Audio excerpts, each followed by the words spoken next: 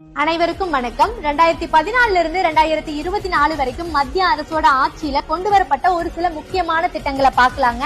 தூய்மை India, digital India, make in India, முத்தலாக்கு தடை சட்டம், ஜம்மு காஷ்மீரோட சிறப்பந்தஸ்து நீக்கப்பட்டது, ராமர் கோயில் கட்டப்பட்டது, இந்தியா பொருளாதாரத்துல உலக நாடுகள் மத்தியில 10வது இடத்துல இருந்து 5வது இடத்துக்கு முன்னேற்றம், பெண்களுக்கான கல்வி திட்டங்க, சுகாதாரத்திற்கான முக்கியமான திட்டங்கள்ல ஒண்ணு ஆயுஷ்மான் பாரத் திட்டம், இலவசமான கேஸ் சிலிண்டர் வழங்கக்கூடிய உஜ்வாலா யோஜனா திட்டம், விவசாயிகளுக்கு வருடம் 6000 வழங்கக்கூடிய கிசான் திட்டம், ஏழை மக்களுக்கு காப்பீடு வழங்கக்கூடிய பீம யோஜனா திட்டம், அனைவருக்கும் வீடு வழங்கக்கூடிய பிரதான் மந்திரி ஆவாஸ் யோஜனா திட்டம், தொழில் முனைவோருக்கான கடன் திட்டம், இந்த மாதிரி நிறைய திட்டங்களை சொல்லிட்டே போலாங்க.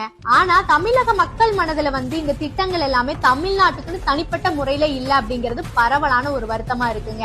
இதுக்கு நம்ம என்ன பண்ணணும் அப்படின்னா 2024 எலெக்ஷன் கருத்து கணிப்பு படி மத்தியில மறுபடியும் பிஜேபி அரசு தான் அமையும் அப்படிங்கறத 100% சொல்லி இருக்கிறாங்க. அதுக்கு நம்ம இங்கிருந்து பிஜேபி சார்பில் எம்பிஸை செலக்ட் பண்ணி அனுப்பினாதாங்க நம்ம தமிழகத்துக்கு என்ன குறை இருக்கு, நம்மளுக்கு என்ன தேவை அப்படிங்கறத மிக எளிமையாக மத்திய அரசை போய் சென்றடையுங்க. அவங்க கொடுக்கிற திட்டங்களும் ரொம்ப எளிமையா நம்ம தமிழகத்துக்கு சேரும். அதனால வாக்களிக்கிறதுக்கு முன்னாடி சிந்திச்சு அடுத்த 5 ஆண்டுகள் நம்ம தமிழகத்துக்கு எந்த மாதிரி இருக்கணும் அப்படிங்கறத யோசிச்சு வாக்களியுங்க.